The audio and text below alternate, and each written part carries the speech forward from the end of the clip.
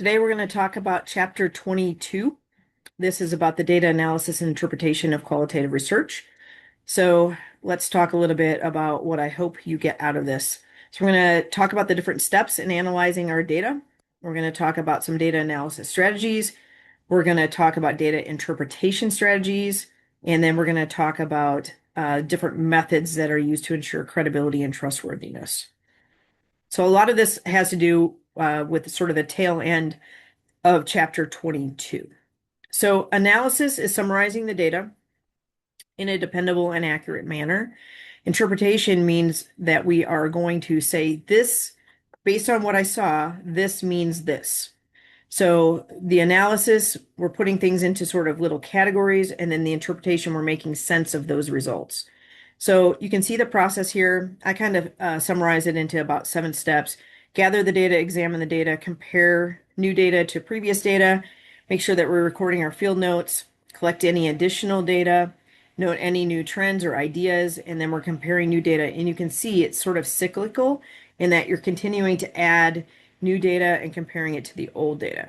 And the process is done when the questions are answered or no longer worth answering. So it's not like we can say, oh, this takes a week, or this takes 2 weeks, or this takes 2 years. It's the process is the process until it's done.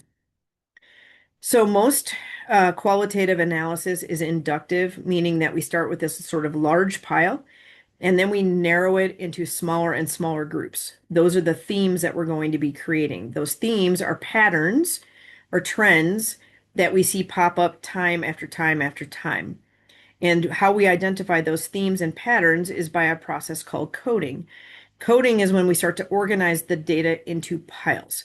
So, for example, I was doing some baking this weekend and I have my recipes sorted by like cookies. There's a section for desserts.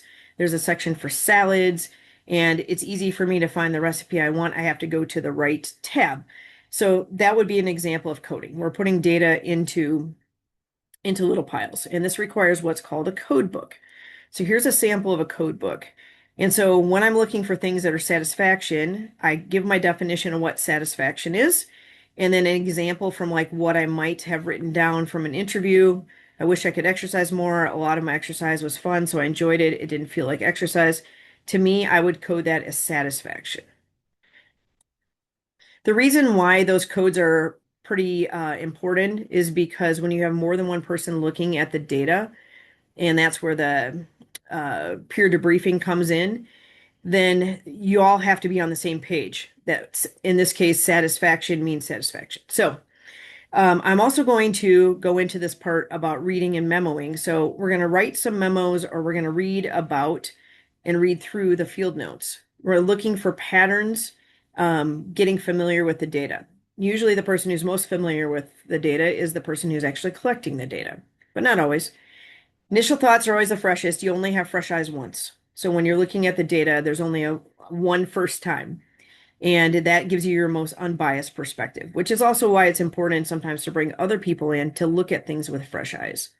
We're looking and searching for recurring themes or common threads, words, phrases, actions that happen over and over. And then we go into describing. So we're creating a picture, a narrative of what's actually happening in the setting and with the events. It helps us to provide some context. It's important that we make sure that everything's being accurately described, because that's what adds to the trustworthiness. Not just what I think I'm seeing, but what I'm actually seeing. How these interactions and relationships happen among the participants, we have to know that those can change or evolve over time. Then we're going to go into classifying, and that's the coding part where we determine the rules for how we label the data. And then we're going to categorize. We're going to put similar types of things together. And then those create themes. So those are the big ideas that result from analysis. And just know, like, the process of this, every researcher has their own way of doing things, but essentially you're starting from a very large pile of data and you're working towards something that is more narrow in focus, inductive. So just as a summary, getting familiar with the data, we're examining the data, and then we're categorizing and coding it into little groups. Sometimes we start with step 1 and we go to step 2, and then we have to go back to step 1 because there's new data that's This is not a linear process where it's always like step one first and step two. Sometimes we go backwards before we can go forwards. There's no one right way to do this. Everybody has sort of their own way of remembering and kind of tracking how things are going. But the quality of qualitative data, so to speak, the trustworthiness of this depends on accuracy and depends on the researcher following the same steps over and over and over. And even people who use data analysis software like in vivo, that requires human interaction because you have to teach it how to do the coding. You have to help it be familiarized with how you want things to be coded before you can just accept the results that it gives back. So identifying those themes we've talked about, coding the data, that's where we're looking for the patterns. We're going to ask some questions. Who's involved? This sort of the who, what, where, when, why, how. And then we also might look at the organization. So like at a website or any kind of, we might talk to a principal. If we're looking at an org structure or the mission statement, we can develop a concept map, which is basically a word picture, kind of like a Venn diagram. It would be an example. And then we can look for causal relationships, like this happened directly because of this, or this caused this to happen. We can look at the literature to see how it aligns, how it's similar or different than what's already been talked about in the literature and what implications come out of this. And then we can create charts, graphs, figures. We can also talk about limitations and what couldn't be answered, what questions remain, what the next set of research should look like. So here's a coding sample from a study that I have kind of going on at the moment. And so I'm asking, these are people who are teaching right now, what are your personal and professional strengths? And you can see 5 of the 7 people in the study said something to do with relationships, positive relationships, building positive relationships. 2 of them cited their management, classroom management. This is an example of a concept map. All of these things are tying into the future. So just as a way to sort of give a visual representation of the different themes. And here's an example of a graph. So at a glance, I can see that if the goal was for the results to increase over time, I can see easily at a glance that that has happened from year 1 to year 3. So that visual representation is really important.